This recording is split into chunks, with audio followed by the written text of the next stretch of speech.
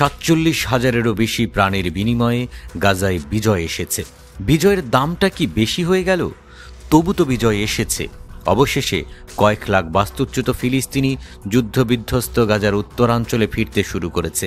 Israeli এবং ফিলিস্তিনি বন্দি বিনিময় নিয়ে ফিলিস্তিনি প্রতিরোধ সংগঠন আর ইসরায়েলের মধ্যে চুক্তির পর আরম্ভ হয়েছে ঐতিহাসিক এই প্রত্যাবর্তন। ঘরে ফিরতে পারাকেই গাজাবাসী একটি বিজয়ের দিন হিসেবে উল্লেখ করছেন। ১৫ মাস ধরে যুদ্ধের নামে গণহত্যা চালানোর পর ইসরায়েল ও ফিলিস্তিনি প্রতিরোধ সংগঠনের মধ্যে যুদ্ধবিরতি হয়েছে। তারপরও বাস্তুচ্যুত ফিলিস্তিনিদেরকে নিজ আবাসভূমিতে ফিরতে দিতে ইসরায়েলিরা সামরিক বাধা সৃষ্টি করছিল। সেই বাধা দূর হয়েছে। চুক্তির প্রথম ধাপের বাস্তবায়ন ১৯ জানুয়ারি শুরু হয়। ৩৩ জন জায়নবাদীর বিনিময়ে ১,৮৯০ জনেরও বেশি ফিলিস্তিনি মুক্তি পাবে বলে আশা করা হচ্ছে। ইসরায়েল তাদের জিম্মি নাগরিকদের উদ্ধারে সর্বশক্তি প্রয়োগ করেছে। গাজার ফিলিস্তিনি প্রতিরোধ সংগঠনটিকে নির্মূল করার জন্য পাগলা কুকুরের মতো হয়ে গিয়েছিল তারা। গাজার সব মানুষকে প্রতিবেশী মিশরে জোর করে তাড়িয়ে দিতেও ইসরায়েল চেষ্টা করেছে, কিন্তু জায়নবাদী ইহুদিদের একটি উদ্দেশ্যও পূরণ হয়নি। সবকটি স্বার্থ হাসিলে ব্যর্থ হওয়ার পরে ইহুদি সরকার যুদ্ধবিরতি অনুমোদন করেছে। উত্তর গাজায় ফিরে যাওয়ার চেষ্টায় থাকা ফিলিস্তিনিদেরকে ইসরায়েলি বাহিনী হত্যা ও আহত করার পরে যুদ্ধবিরতি চুক্তি বাস্তবায়নে বিলম্ব করার জন্য ফিলিস্তিনি প্রতিরোধ সংগঠনটি ২৬ জানুয়ারি ইসরায়েলি শাসনের নিন্দা জানিয়েছে।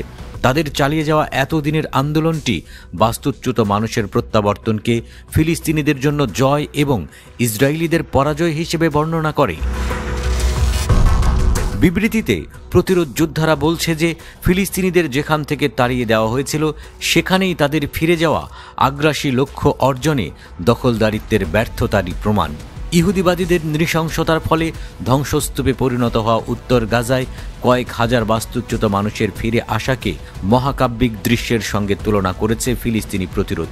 এই ফেরা উপলক্ষে ফিলিস্তিনের প্রতিরোধ আন্দোলন দৃঢ়ভাবে জানিয়েছে যে তাদের হৃদয় থেকে সুখ চুরি করার যে ইহুদিবাদী স্বপ্ন ফিলিস্তিনি জনগণের দৃঢ়তা তা ধ্বংস করে দেবে।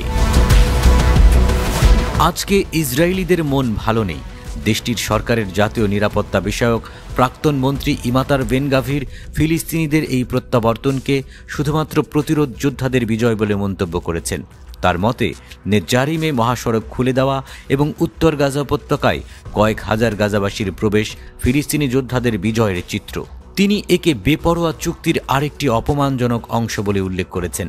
তার কাছে এটি সম্পূর্ণ আত্মসমর্পণের মতো লাগছে। সামাজিক যোগাযোগ মাধ্যম এক্সে তিনি এসব কথা বলেছেন। সেখানে তিনি আরও লিখেছেন, ইসরায়েলিদেরকে অবশ্যই যুদ্ধে ফিরে যেতে হবে এবং ধ্বংস করতে হবে। যুদ্ধবিরতি চুক্তির প্রতিবাদে জানুয়ারির শুরুতে বেন গাভির পদত্যাগ করেন। তিনি দীর্ঘদিন ধরে নৃশংস ইসরায়েলি সামরিক হামলা বন্ধের বিরোধিতা করে আসছেন। গাজা দখল করার জন্য তিনি ইসরায়েলি সরকারকে আহ্বান জানিয়েছেন। ইসরায়েলি ক্ষমতার বলয়ে বেন গাভির একা নন, আরও অনেক সমমনা ইসরায়েলি ক্রমাগত যুদ্ধ চাইছেন। এভাবে কতদিন শান্তি টিকবে বলে মনে করেন?